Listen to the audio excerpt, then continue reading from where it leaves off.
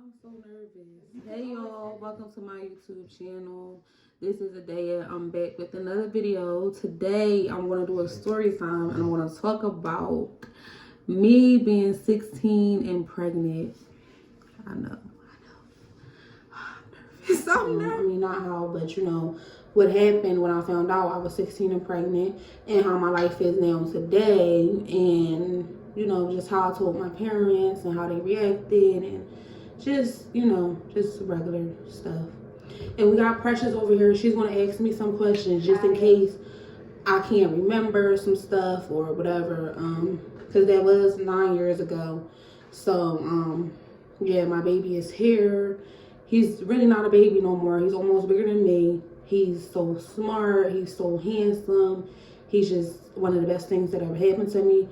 And I done had 3 other kids within that timeline. So yeah, it's about to get juicy. Okay, so my first child is a boy. I had him in 2013.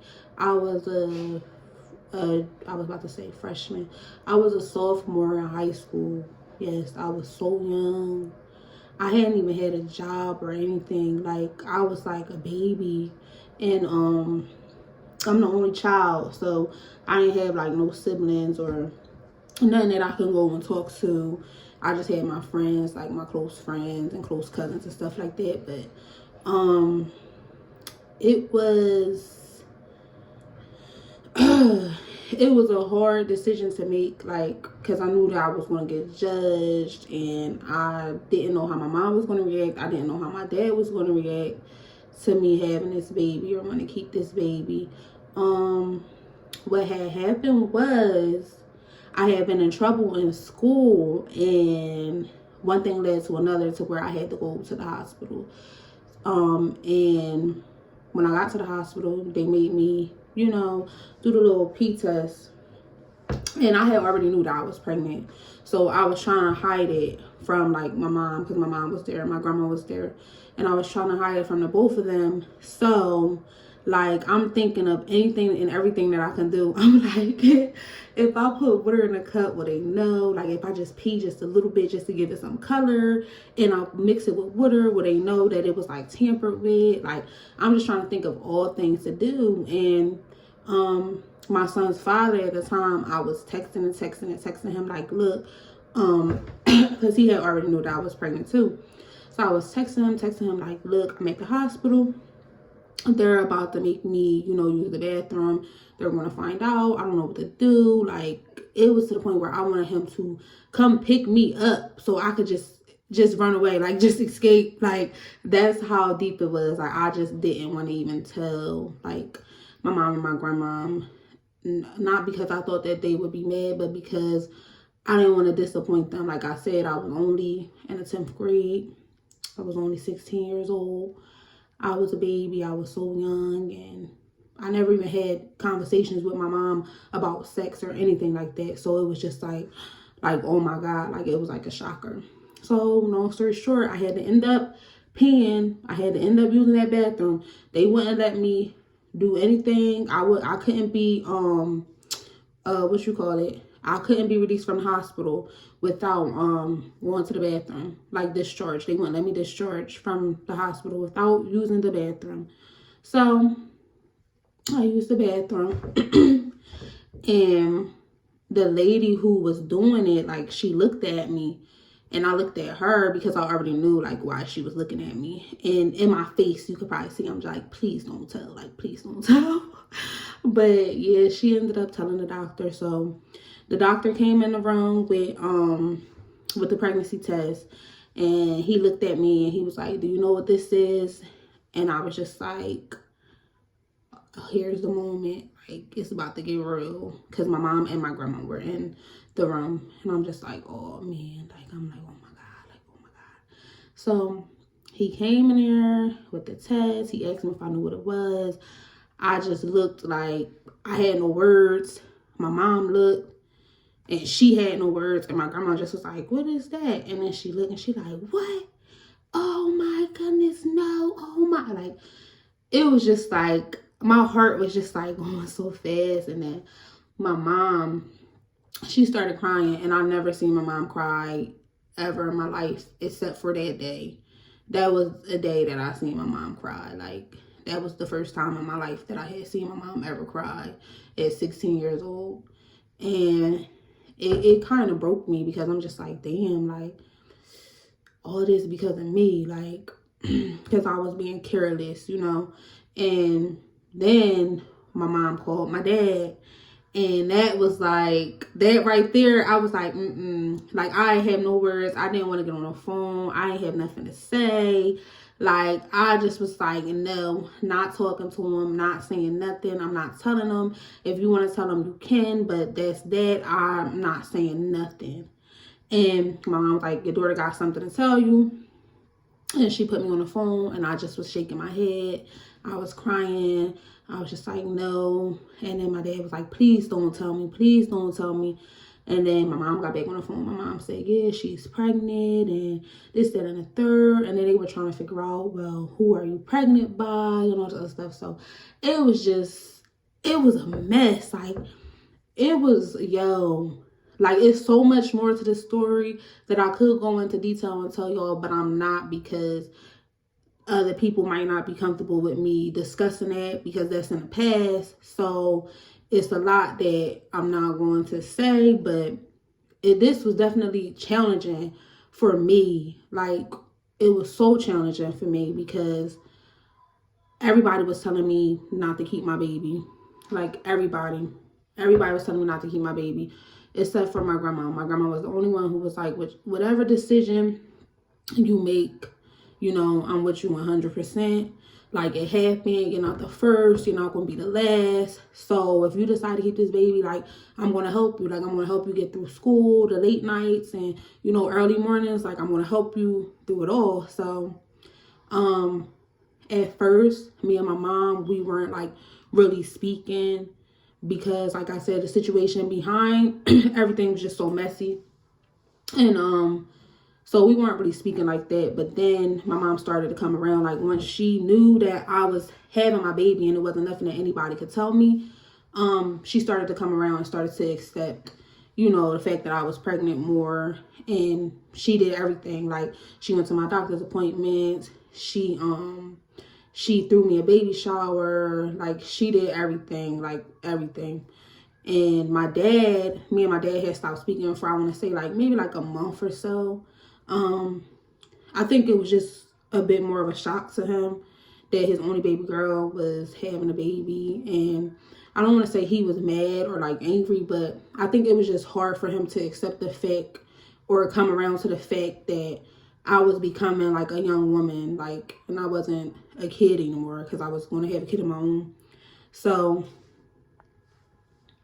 I think that's why we really stopped talking like that. But eventually he came around. We started speaking again. Like I said, my parents were very, I'm not going to say supportive of me being 16 and pregnant, but they were very supportive of the fact that I decided to keep my baby. Like, my dad bought him his first pack and play, his stroller, his car seat, mainly, like, all the meats and stuff for my baby shower. Like, my parents they were very good. Like, they were real good.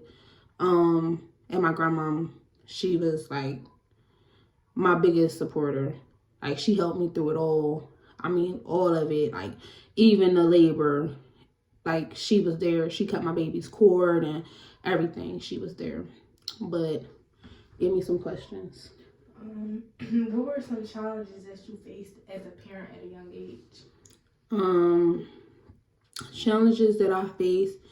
Like I said, I'm the only child from my mom and my dad, so it was hard for me to accept the fact that, like, it was no longer about me. Like, Christmases, everything was just like, like, it was like, you ain't getting nothing. Like, it's done. It's over. Like, it was hard to adjust to, now everything is about the baby. Like, it went from, oh, it's all about me, to it's all about the baby now. So I went from a spoiled little girl to this, like, mature, like, put my baby first all the time young lady. So that was a big challenge. Like, it was a huge challenge for me, like, my life changed a lot. It changed a whole lot. And also, another challenge was people judge you. They judge you so bad. Like, so many people had so much to say about me and the situation behind it and just everything. Like, it was a mess. But over time, I learned to not think. I learned to not even, even think about what other people are saying about me, because they not, helping me in no type of way or taking care of me or my baby or whatever the case may be. The only people who I needed to accept the fact that I was having my baby was the people who actually are in my life and help me, so I just learned to let people say what they want to say, and that's just that. Like, and I had my baby, and I don't regret it, and I would do it all over again. If I could, I would do it all over again. I wouldn't change anything. It is what it is. You live and you learn. And I feel like I wouldn't be the person that I am today if I would have decided not to keep my baby. I feel like I would be a whole different person than who I am today. Did you have any goals before becoming a mother that were hindered after becoming a mother? Definitely. It was so much. Like, I was supposed to go to the army. I couldn't do that because I didn't want to leave my baby. I was supposed to go to, what was it called at the time? I don't know if it was The Voice or was it American Idol. It was one of them at the time, and I think like a few months before I got pregnant. I was actually supposed to go to one of these shows and to go audition and stuff like that, but it ended up not working out. So I ended up getting pregnant, and I kind of feel like once I had my baby, I put singing and everything on the back burner just to be a mom and take care of him. So I feel like, yeah, I did have to put a couple things on hold. I didn't have to, but I wanted to. So yeah. What advice would you tell other teen moms or teen girls who decide to keep their baby?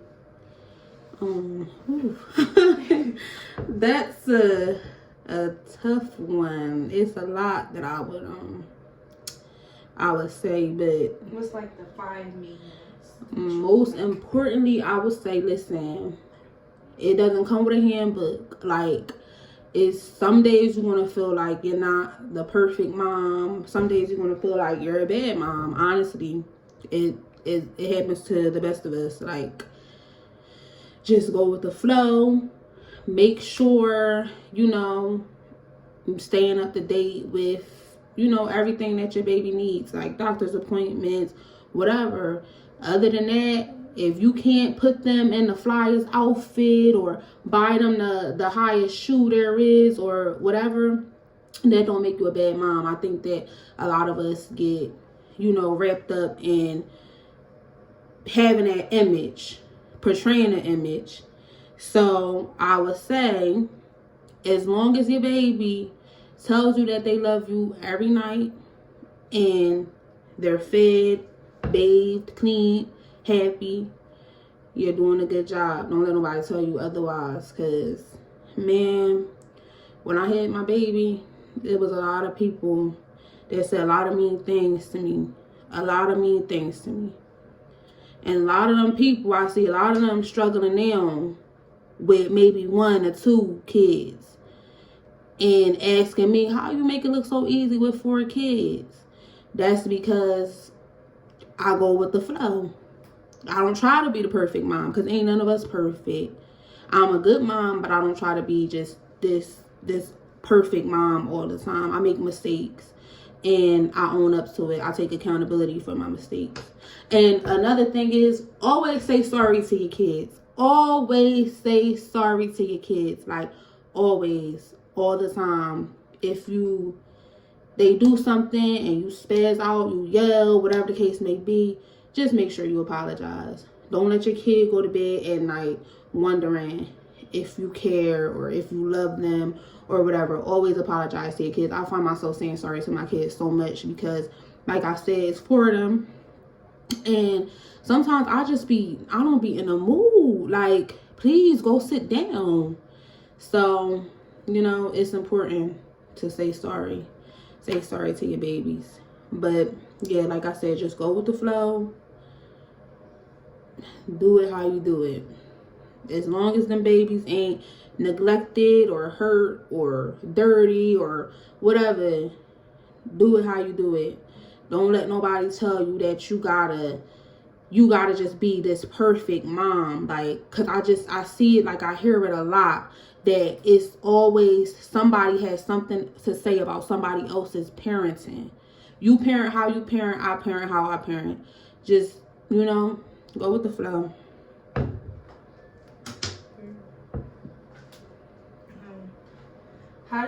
How did you handle being a teen mom of 2? Whew. I was a teen mom of 2. I had 2 babies before I even got out of high school.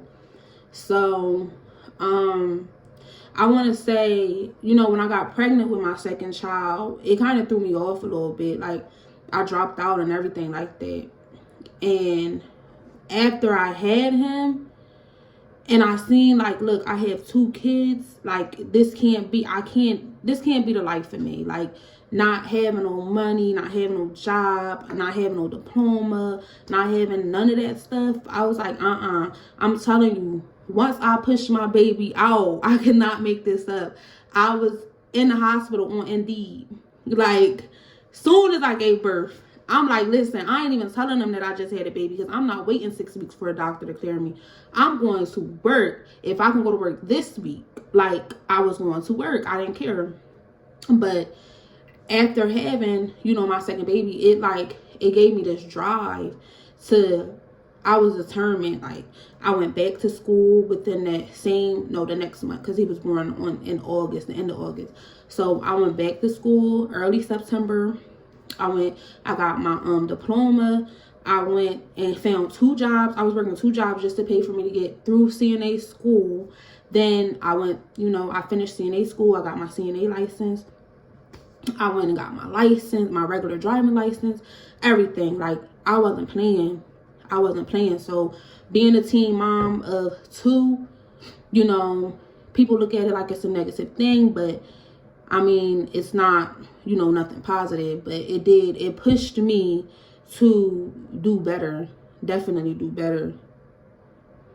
Because when I first got pregnant with him, I was going down the wrong road. I was just worried about love and being with his dad. Like, that's all. I didn't even care. I wasn't going to school. I wasn't doing nothing. Like, and honestly, now, since it's done and it's over with, I could sit here and I could tell that story. Like, yeah, I dropped out of school and everything, just being stupid. But, like I said, you live and you learn. And I definitely learned from that as well. And now I definitely know, how to steer my daughter and my sons in the right direction if I see them even getting close to hitting where I was at. Because I was at rock bottom. I really was at rock bottom, but I bounced back. We're going to do one more question. Okay. She would call. One more question. This is my bestie. My bestie she called in the middle of my video, y'all. Well, we was at one more question and she called. Say hi, Deanna. Hey. Ew, that's dry. Don't treat my YouTube like that. I'm fucking sorry. Stop cussing. Oh, sorry. Say hey, YouTube. Hey, YouTube. How you doing? Okay. The last question was, what's the best part of being a mom? The best part of being a mom is, it's about to get a little sentimental.